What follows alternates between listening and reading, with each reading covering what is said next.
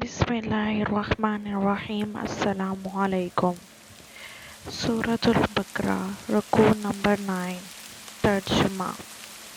اور تمہیں یاد ہے وہ واقعہ جب تم نے ایک شخص کی جان لی تھی، پھر اس کے بارے میں جھگڑنے اور ایک دوسرے پر قتل کا الزام تھوپنے لگے تھے، اور اللہ نے فیصلہ کر لیا تھا کہ جو کچھ تم چھپاتے ہو اسے کھول کر رکھ دے گا۔ اس وقت ہم نے حکم دیا کہ مقتول کی لاش کو اس کے ایک حصے سے ضرب لگاؤ۔ دیکھو، اس طرح اللہ مردوں کو زندگی بخشتا ہے اور تمہیں اپنی نشانیاں دکھاتا ہے تاکہ تم سمجھو، مگر ایسی نشانیاں دیکھنے کے بعد بھی آخرکار تمہارے دل سخت ہو گئے، پتھروں کی طرح سخت، بلکہ سختی میں کچھ ان سے بھی بڑھے ہوئے، کیونکہ پتھروں میں سے تو کوئی ایسا بھی ہوتا ہے جس میں سے چشمے پھوٹ بہتے ہیں، کوئی پھٹتا ہے اور اس میں سے پانی نکل آتا ہے، اور کوئی خدا کے خوف سے لرز کر گر بھی پڑتا ہے۔ اللہ تمہارے کرتوتوں سے بے خبر نہیں ہے۔ اے مسلمانوں، اب کیا ان لوگوں سے تم یہ توقع رکھتے ہو کہ یہ تمہاری دعوت پر ایمان لے آئیں گے؟ حالانکہ ان میں سے ایک گروہ کا شیوہ یہ ہے کہ اللہ کا کلام سنا اور پھر خوب سمجھ بوجھ کر دانستہ اس میں تحریف کی۔ محمد صلی اللہ علیہ وآلہ وسلم رسول اللہ پر ایمان لانے والوں سے ملتے ہیں تو کہتے ہیں کہ ہم بھی انہیں مانتے ہیں، اور جب آپس میں ایک دوسرے سے تخلیے کی بات چیت ہوتی ہے تو کہتے ہیں کہ بے وقوف ہو گئے ہو، ان لوگوں کو وہ باتیں بتاتے ہو جو اللہ نے تم پر کھولی ہیں تاکہ تمہارے رب کے پاس تمہارے مقابلے میں انہیں حجت میں پیش کریں۔ اور کیا یہ جانتے نہیں کہ جو کچھ یہ چھپاتے ہیں اور جو کچھ ظاہر کرتے ہیں اللہ کو سب باتوں کی خبر ہے۔ ان میں سے ایک دوسرا گروہ امیوں کا ہے جو کتاب کا علم رکھتے نہیں، بس اپنی بے بنیاد امیدوں اور آرزوؤں کو لیے بیٹھے ہیں اور محض وہم و گمان پر چلے جا رہے ہیں۔ پس ہلاکت اور تباہی ہے ان لوگوں کے لیے جو اپنے ہاتھوں سے شرع کا نوشتہ لکھتے ہیں، پھر لوگوں سے کہتے ہیں کہ یہ اللہ کے پاس سے آیا ہوا ہے تاکہ اس کے معاوضے میں تھوڑا سا فائدہ حاصل کر لیں۔ ان کے ہاتھوں کا یہ لکھا بھی ان کے لیے تباہی کا سامان ہے، اور ان کی یہ کمائی بھی ان کے لیے موجب ہلاکت۔ وہ کہتے ہیں کہ دوزخ کی آگ ہمیں ہرگز چھونے والی نہیں، الا یہ کہ چند روز کی سزا مل جائے تو مل جائے۔ ان سے پوچھو، کیا تم نے اللہ سے کوئی عہد لے لیا ہے جس کی خلاف ورزی وہ نہیں کر سکتا، یا بات یہ ہے کہ تم اللہ کے ذمہ ڈال کر ایسی باتیں کہہ دیتے ہو جن کے متعلق تمہیں علم نہیں ہے کہ اس نے ان کا ذمہ لیا ہے؟ آخر تمہیں دوزخ کی آگ کیوں نہ چھوئے گی؟ جو بھی بدی کمائے گا اپنی خطا کاری کے چکر میں پڑا رہے گا، وہ دوزخی ہے اور دوزخ ہی میں وہ ہمیشہ رہے گا، اور جو لوگ ایمان لائیں گے اور نیک عمل کریں گے وہی جنتی ہیں اور جنت میں وہ ہمیشہ رہیں گے۔ تفسیر۔ اس مقام پر یہ بات تو بالکل صحیح معلوم ہوتی ہے کہ مقتول کے اندر دوبارہ اتنی دیر کے لیے جان ڈالی گئی کہ وہ قاتل کا پتہ بتا دے، لیکن اس غرض کے لیے جو تدبیر بتائی گئی تھی، یعنی لاش کو اس کے ایک حصے سے ضرب لگاؤ، اس کے الفاظ میں کچھ ابہام محسوس ہوتا ہے، تاہم اس کا قریب ترین مفہوم وہی ہے جو قدیم مصورین نے بیان کیا ہے، یعنی یہ کہ اوپر جس گائے کے ذبح کرنے کا حکم دیا گیا تھا اسی کے گوشت سے مقتول کی لاش پر ضرب لگانے کا حکم ہوا۔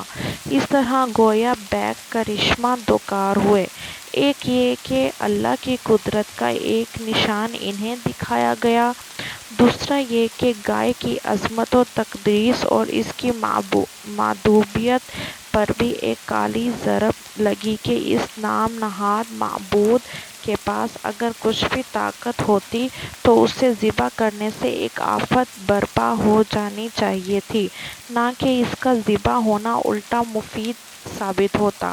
یہ خطاب مدینے کے ان 9 مسلموں سے ہے جو قریب کے زمانے ہی میں نبی عربی صلی اللہ علیہ وآلہ وسلم پر ایمان لائے تھے۔ ان لوگوں کے کان میں پہلے سے نبوت، کتاب، ملائکہ، آخرت، شریعت وغیرہ کی جو باتیں پڑی ہوئی تھیں وہ سب انہوں نے اپنے ہمسایہ یہودیوں ہی سے سنی تھی، اور یہ بھی انہوں نے یہودیوں ہی سے سنا تھا کہ دنیا میں ایک پیغمبر اور آنے والے ہیں، اور یہ کہ جو لوگ ان کا ساتھ دیں گے وہ ساری دنیا پر چھا جائیں گے۔ یہی معلومات تھی جن کی بنا پر اہل مدینہ نبی صلی اللہ علیہ وآلہ وسلم کی نبوت کا چرچا سن کر آپ صلی اللہ علیہ وآلہ وسلم کی طرف خود متوجہ ہوئے اور جوک در جوک ایمان لائے۔ اب وہ متوقع تھے کہ جو لوگ پہلے ہی سے انبیاء اور کتب آسمانی کے پیرو ہیں اور جن کی دی ہوئی خبروں کی بدولت ہی ہم کو نعمت ایمان میسر ہوئی ہے، وہ ضرور ہمارا ساتھ دیں، بلکہ اس راہ میں پیش ہوں گے۔ چنانچہ یہی توقعات لے کر وہ یہ پرجوش 9 مسلم اپنے یہودی دوستوں اور ہمسایوں کے پاس جاتے تھے اور ان کو اسلام کی دعوت دیتے تھے۔ پھر جب وہ اس دعوت کا جواب انکار سے دیتے تو منافقین اور مخالفین اسلام اس سے استدلال کرتے تھے کہ معاملہ کچھ مشتبہ معلوم ہوتا ہے، وگرنہ اگر یہ واقعی نبی ہوتے تو آخر کیسے ممکن تھا کہ اہل کتاب کے علماء اور مشائخ اور مقدس بزرگ جانتے بوجھتے ایمان لانے سے منہ موڑتے اور خواہ اپنی عاقبت خراب کر لیتے۔ اس بنا پر بنی اسرائیل کی تاریخی سرگزشت بیان کرنے کے بعد اب ان سادہ دل مسلمانوں سے کہا جا رہا ہے کہ جن لوگوں کی سابق روایات یہ کچھ کہہ رہی ہیں ان سے کچھ بہت زیادہ لمبی چوڑی توقعات نہ رکھو، ورنہ جب ان کے پتھر دلوں سے تمہارے دعوت حق ٹکرا کر واپس آئے گی تو دل شکستہ ہو جاؤ گے۔ یہ لوگ تو صدیوں کے بگڑے ہوئے ہیں، اللہ کی جن آیات کو سن کر تم پر لرزہ طاری ہو جاتا ہے انہی سے کھیلتے اور تمخر کرتے ان کی نسلیں بیت گئی ہیں۔ دین حق کو مسخ کر کے یہ اپنی خواہشات کے مطابق ڈھال چکے ہیں اور اسی مسخ شدہ دین سے یہ نجات کی امیدیں باندھے بیٹھے ہیں۔ ان سے یہ توقع رکھنا فضول ہے کہ حق کی آواز بلند ہوتے ہی یہ ہر طرف سے دوڑے چلے آئیں گے۔ ایک گروہ سے مراد ان کے علماء اور حاملین شریعت ہیں، کلام اللہ سے مراد تورات، زبور اور وہ دوسری کتابیں ہیں جو ان لوگوں کو ان کے انبیاء کے ذریعے سے پہنچی۔ پس وہ آپس میں ایک دوسرے سے کہتے ہیں کہ تورات اور دیگر کتب آسمان میں جو پیش گوئیاں اس نبی کے متعلق موجود ہیں یا جو آیات اور تعلیمات ہماری مقدس کتابوں میں ایسی ملتی ہیں جن سے ہماری موجودہ روش پر گرفت ہو سکتی ہے، انہیں مسلمانوں کے سامنے بیان نہ کرو، ورنہ یہ تمہارے رب کے سامنے ان کو تمہارے خلاف حجت کے طور پر پیش کریں گے۔ یہ تھا اللہ کے متعلق ان ظالموں کے فاسد عقیدہ کا حال۔ یہ ان کے قوم کا حال تھا۔ علم کتاب سے کوڑے تھے، کچھ نہ جانتے تھے کہ اللہ نے اپنی کتاب میں دین کے کیا اصول بنائے ہیں، اخلاق و شرع کے کیا قواعد سکھائے ہیں اور انسان کی فلاح کا مدار کن چیزوں پر رکھا ہے۔ اس علم کے بغیر وہ اپنے مفروضات اور اپنی خواہشات کے مطابق گھری ہوئی باتوں کو دین سمجھ بیٹھے تھے اور جھوٹی توقعات پر جی رہے تھے۔ یہ ان کے علماء کے متعلق ارشاد ہو رہا ہے۔ ان لوگوں نے صرف اتنا ہی نہیں کیا کہ کلام الہی کے معنی کو اپنی خواہشات کے مطابق بدلا ہو، بلکہ یہ بھی کیا کہ بائبل میں اپنی تفسیروں کو، اپنی قومی تاریخ کو، اپنے اوہام اور قیاسات کو، اپنے خیالی فلسفوں کو کلام الہی کے ساتھ غلط ملت کر دیا، اور یہ ساری چیزیں لوگوں کے سامنے اس حیثیت سے پیش کی کہ گویا یہ سب اللہ ہی کی طرف سے آئی ہوئی ہیں۔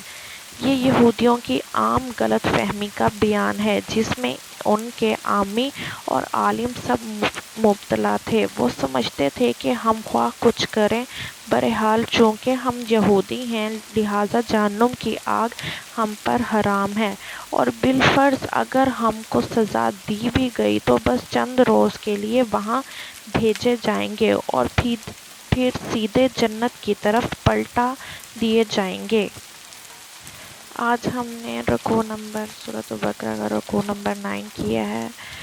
انشاءاللہ نیکسٹ ویڈیو میں رکوع نمبر 10 کریں گے۔ اللہ آپ سب کو خوشیوں بھری، کامیابی بھری اور صحت بھری لمبی زندگی دے۔ السلام علیکم ورحمۃ اللہ وبرکاتہ۔